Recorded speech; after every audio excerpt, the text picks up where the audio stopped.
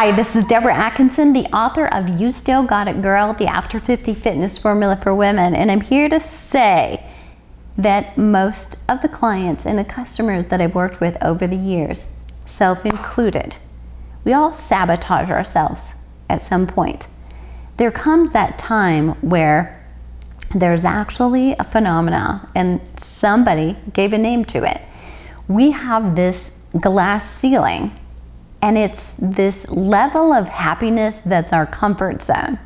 So I've worked with clients privately and in groups for years, and I've managed trainers who've worked with hundreds more clients. So I've seen this happen so many times. Someone comes in and they want to get in shape, meaning they're ready to make nutrition changes, they're ready to make exercise changes. They get on a roll and they're doing really well. In fact, they're losing inches, they feel energy, they almost can't believe it, that it's that easy. It's not about deprivation, that they can eat great food, they love it, and with a simple tweaks of removing things that are not great for their body, even though they might have been things that they enjoyed, and putting in more of the things that their body actually wants and thrives on, they stay full, satisfied, love the things that they're eating. It's not difficult, and the exercise is so much less extreme than they ever thought, and they feel better, not achy, not sore. So everything's going really well, and they're losing inches. They begin to lose pounds. Sometimes that's slower, but so long as the inches are there, the energy is improving, the sleep is getting better, digestive issues go away if there were any, and improves for most everybody, even if it was okay before. Why would anybody stop that? Well, here's the answer. In a book written not long ago called The Big Leap, the author describes something called the upper limit. It's the upper limit of happiness. We have this comfort zone and we're okay with that, but somehow it's like you're waiting for the other shoe to fall off. Everything is going really well and you're almost surprised and you're almost uncomfortable with how happy you're feeling, how good you're feeling, and how on a roll in a positive direction things are going.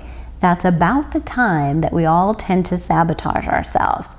We think that, not consciously, but we think that we don't quite belong in that circle yet, that we're not quite there. So it takes time. So now, I want you to think about exercise.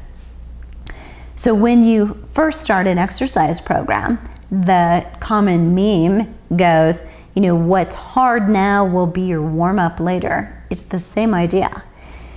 You have to start raising the ceiling. You have to start penetrating the height of that ceiling and live in that area of really feeling good, of really having things go pretty easy, of not having them be such a struggle, which we're all used to when we're really trying to lose weight and maybe we don't have the right tools. We think we're eating healthy, but we're really not, according to the new rules, not just for hormones, but there's new science to replace things that you and I learned when we were 20 and we were 30. And it's hard to adapt. So we think it has to be a struggle and we're gonna really have to cut calories. We're gonna have to cut things out that we love. And it's not true. So we're almost shocked. And there's a little bit of, if you can believe it, disappointment because things are going so well without the struggle. Sometimes we live in this space where struggle is actually working for us and we're not ready to give it up yet.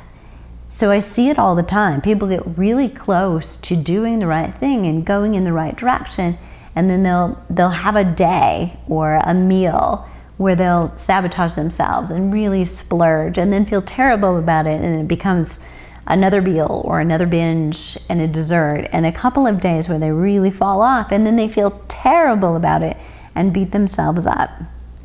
So if that's you, I'm here to tell you this is common, not just of you and I in terms of exercise or fitness or nutrition and how we get to start losing weight and get in that momentum.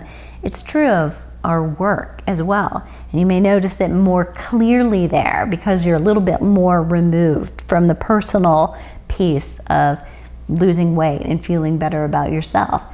People tend to sabotage themselves maybe right before they are up for a promotion, or they're gonna get a raise, or they're gonna have a client renew.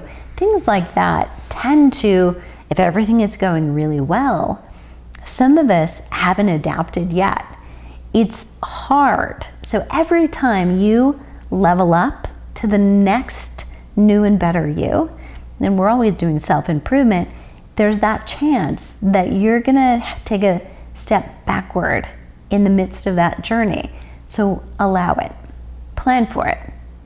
It's probably gonna happen. So be thinking about when it's most likely to happen, when things are going really well. Maybe there's some event or trip or vacation that causes that to come a little bit faster. But a lot of times it's just as you get to that new level of this is going really well, why do I sabotage myself? Because you're not quite ready to reach to the next level yet. That doesn't feel quite comfortable or like something that you own yet. That's not a part of the skin you're in right now. So there's no immediate answer. But the answer is don't beat yourself up about it, because it's a normal part of the progress to go 2 steps forward, take a step back occasionally, and you can get right back on and start moving forward. If you can acknowledge, this is feeling a little bit too good. This is almost too good to be true. And if that's how you feel, just own it. Know that's where you are and know, okay, I'm gonna sit here for a little while and then I'm gonna move forward again. Raise the glass ceiling.